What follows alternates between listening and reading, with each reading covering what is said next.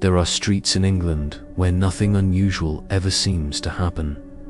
Streets where the morning air smells of dew on brick walls, where neighbors wave from behind garden fences, where children's laughter drifts across cul-de-sacs like harmless ghosts.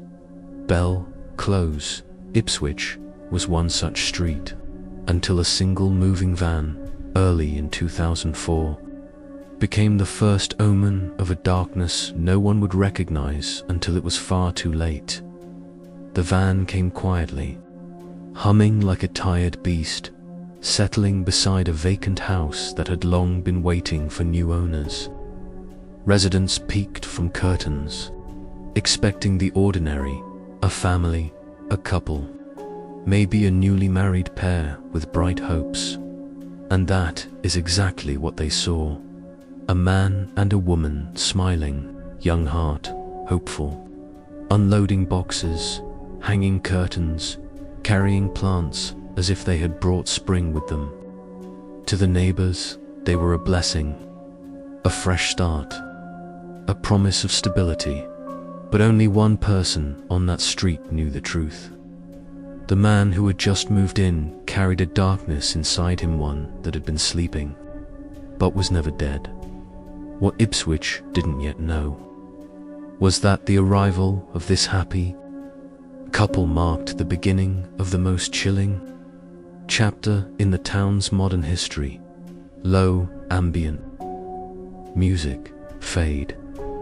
The first BOD weather calendar turned to winter, and with it came a coldness that felt almost sentient. On the evening of December 2nd, 2006, a constable patrolling the secluded passage near Belstead Brook paused. Something pale drifted along the black surface of the water. At first, it looked like Trasher sack, a mannequin, anything but human. But as his flashlight sliced the darkness, the transparent ripples revealed a horrifying truth. A woman, naked, lifeless, her long hair fanned in the water like drowned seaweed within minutes. The riverbank transformed, floodlights glaring through trees, radios crackling, officers pacing the mud, forensic crews moving silently like ghosts in white. The victim was soon identified, 25-year-old Gemma Rose Adams. She had vanished nearly 3 weeks earlier. Her story was heartbreakingly familiar. Teenager who had spiraled into heroin addiction. A young woman fighting demons no one saw, working the streets to survive. Ipswich barely had time to grieve. 6 days later, December 8th, another body surfaced in a nearby body of water. 19-year-old Tonya, Nicola High School graduate with a bright mind and a troubled path, now lay dead in the same horrific pattern. She and Gemma had been close friends. Now both were gone. Something was happening in Ipswich. Something calculated. Something merciless. The third Diasa, overwoven as investigators scrambled to examine the second crime scene. A dog walker near Nacton stumbled upon a shape between the trees, a body placed unnaturally, spine straight, arms outstretched, a cruciform pose. This victim was 24-year-old, 3 months pregnant, suffocated before being posed like a twisted mockery of the sacred. Her story added another layer of tragedy. An exceptional student whose life unraveled after her father's death. Grief had pulled her into addiction. Addiction pulled her into danger, and danger found her. Now, Ipswich was in the clutches of a serial killer. Meticulous one, a collector, a man driven not just by violence but by ritual. The pressure spread through Suffolk like a sickness. Police issued warnings. Avoid dark streets, avoid isolated corners, travel in groups, trust no stranger, trust no familiar face. The idea that a killer could be someone's husband, someone's father, Someone they waved at each morning pulled a black curtain over the town. Then, before the warnings had even settled, 2 more bodies appeared. December 10th, a wooded area near Levington. Paula Clennell, 24, seen alive only days earlier, ironically interviewed on TV about the murders. She had admitted fear, but also desperation. "I need the money." A mother robbed of her children by addiction, now robbed of her life by a predator. Beside her lay another victim, 29-year-old Annette Nichols, the oldest of the 5. A former beautician, a mother, a woman who had fought her addiction until it drowned her. She too was found in a crucifix position. Patterns were emerging: method, symbolism, intent, and it meant only one thing. Ipswich had a serial killer who was accelerating. Operation SUMAC, the Suffolk Constabulary, launched Operation Sumac, an investigative machine involving hundreds of specialists, analysts, officers, and support teams from across Britain. The killer, they believed, was male, heavyset, in his 30s or 40s, living in Ipswich, familiar with sex workers, violent, possibly religious or ritualistic, and comfortable cleaning, transporting and dumping bodies. The public was told to watch for men who had deep cleaned their cars, men who vanished at night, men who suddenly possessed women's clothing, men whose behavior shifted overnight. Ipswich residents began to look at each other differently. Suspicion became a weapon. Fear became a language spoken behind tightly closed curtains. The town felt cornered by a predator it could not see. But the killer had made a mistake. He believed he was still invisible. He wasn't anymore. The BRAKTHR, December 14th. Police released a chilling detail. Each woman had been murdered elsewhere, then moved to a symbolic spot: waterways, woodland, areas near schools or churches. This killer thought about symbolism. He planned. He arranged. He posed. But all predators eventually slip, and this one did.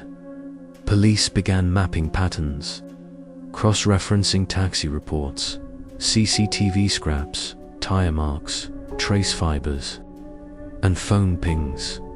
5 days later, December 19th, 2006, the peace of a quiet Ipswich street shattered as officers swarmed.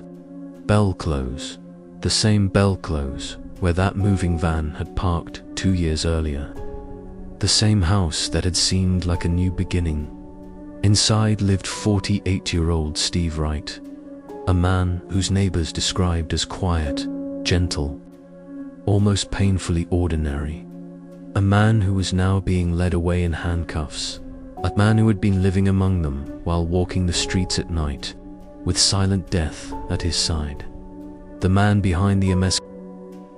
Wright was not born a monster, but he became one. Born in 1958 in Norfolk, his childhood was unsettled. His father, an RAF policeman, his mother, a veterinary nurse. The family constantly shifting across Malta, Singapore, and Suffolk. Then came the divorce, a bitter one. One parent claimed abandonment. The other claimed abuse and death threats. Regardless of whose story was true, one fact remained unchanging. Steve was broken early. He grew up withdrawn, painfully shy, disconnected. School offered nothing to him. He left at 16, stumbling from job to job until eventually joining the Merchant Navy. It was aboard the QE2 that something inside him began to warp. While sailors explored cities, bought souvenirs, drank at bars, Steve disappeared into brothels. It became an addiction, a need, a hunger, and it would follow him forever. After leaving the ship, he tried Normal life failed. Tried relationships, failed. Tried managing a pub, failed. Debt swallowed him. Alcohol drove him into rage. Shame pushed him towards suicide attempts. His stepbrother later said that Steve's £30,000 spiral was a turning point, a collapse of identity in desperation. Wright fled to Thailand, drugs, sex, escape. He returned penniless, spiritually eroded, broken, but then something strange happened. He recovered temporarily. He lived with his father, found stable jobs, joined a golf club, dressed nicely, acted polite, and met Pamela, the woman who believed she was helping him rebuild. Together, they moved into Belle Close in 2004. The neighbors saw stability, but monsters wear their skin well, because by 2006, the hunger had returned. He visited massage parlors at first, but as he descended again, he discovered street workers cheap, desperate, vulnerable.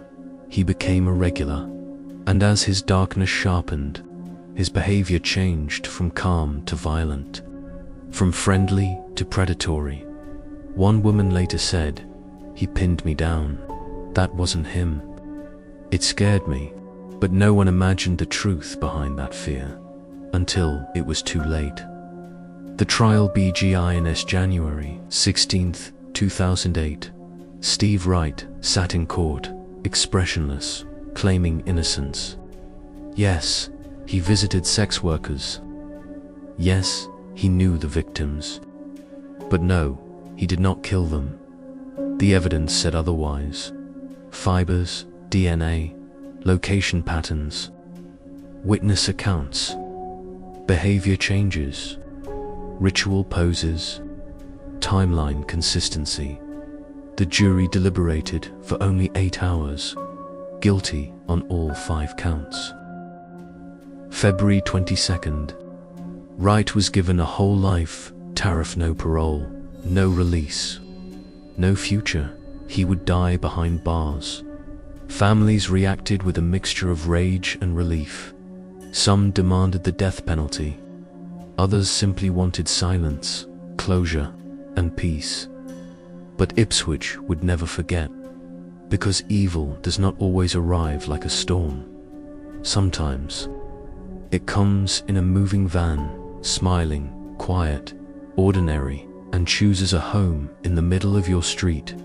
The dawn of December 19, 2006, approached Ipswich like a cold, grey exhale, one that seemed to seep through the roofs, the windows, the breath of every sleeping soul. The streetlights on Belle Close flickered in the mist, casting long, trembling shadows over frost-stained lawns. At 6:42 a.m., those shadows shifted. Police vans rolled slowly into the cul-de-sac, tires crunching over the icy gravel. Plainclothes detectives followed close behind.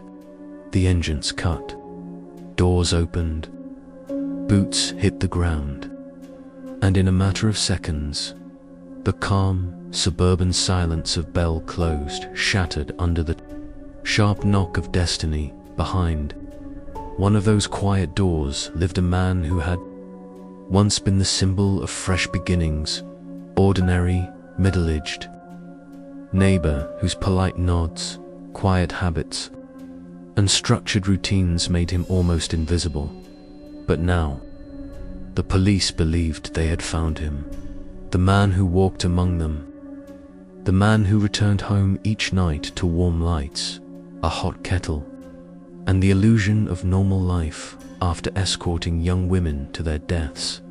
His name was Steve Wright, and his arrest would ignite a firestorm of fear, fury, and disbelief that would engulf Britain for months. The man who never bet a lounge Edwin, Steve Wright stepped out into the cold morning air, surrounded by officers. Neighbors peered through trembling curtain slits. Their minds crashed under the weight of realization. the danger they feared, had been living a few doors away, watching, waiting, blending. But Wright had not always been a ghost hiding behind normality. His life was a mosaic of broken beginnings, failed promises, compulsions that swallowed him whole, and a profound emptiness that seemed to follow him city to city, job to job, woman to woman. Born in 1958, Steve's childhood fractured early. His parents' divorce was not a quiet separation, it was a war zone, one that left emotional shrapnel embedded deep inside the boy.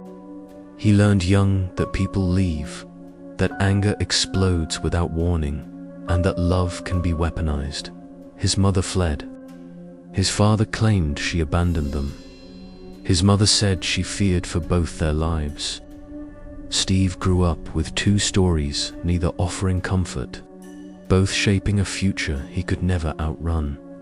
He became a young man who drifted through life, like a passenger without a destination. Shyness turned into social paralysis. Loneliness became hunger, and hunger became addiction, not just to substances, but to validation, escape, and the temporary warmth of women he paid to pretend. The sea that swallowed his moral COMPA assessed the QE, too. The cruise ship on which Steve worked for 6 years was the first place where his double life crystallized. To his colleagues he was polite, quiet, diligent. To the brothels of foreign ports, he was a familiar face. He spent his shore leave not exploring culture or landscapes, but disappearing into red-lit rooms where his fantasies cost him time, money, and slowly his grip on boundaries. Sex became currency. Women became transaction. Intimacy became illusion. By the time he returned to England, something vital had already eroded inside him. The fall before the DARKNS's jobs came and went: worker, bartender, landlord, driver, but nothing stuck. His addictions grew deeper, more demanding, more expensive. When he could no longer afford the life he wanted, he gambled. When he lost that, he borrowed. When he couldn't borrow, he broke. It was in these years that Steve attempted suicide. Lying in an alley in Haverhill, surrounded by shadows, waiting for a peace he couldn't find. His stepbrother later said the debts were £30,000, life collapsing under the weight of its own desperation. His recovery was temporary. 10 weeks in Thailand reignited dangerous compulsions, and upon returning home he had nothing left, except an elderly father willing to shelter him from homelessness. It should have been a turning point, and for a while it was. He found steadier jobs. He joined a golf club. He dressed better, socialized better, looked better. And then, miraculously, he met Pamela, the woman who would move with him to Ipswich, believing she had found a man ready for a second chapter. For a moment, that chapter existed until Belle Close swallowed it whole. The return of SHOW 6 months after the move. Steve's old addictions resurfaced like a sickness that had merely hibernated. First, the massage parlors, then the street workers. By late 2006, Wright was a regular presence in Ipswich's red light district, quiet, predictable. Many women trusted him. Some even felt safe with him. But predators thrive on patterns, and Wright's pattern had begun to darken. A woman later reported that 3 days after the final victims were found, Steve became violent, pinning her down, a behavior completely unlike his earlier visits. Her voice trembled as she later said, "I never thought it would be him." Not him. Yet the truth was unavoidable. The man she thought she knew was gone. Something else had taken his place. Operation Sumac, the hunt for a Sato W. By mid-December, Ipswich was suffocating under fear. Schools closed early. Women refused to walk alone. Businesses shut before dark. The red light district emptied entirely. The murderer was escalating, refining, accelerating 5 victims in 10 days. But Operation Sumac was building a net around him through forensic traces, CCTV fragments, cell tower pings, and witness accounts. The investigation tightened.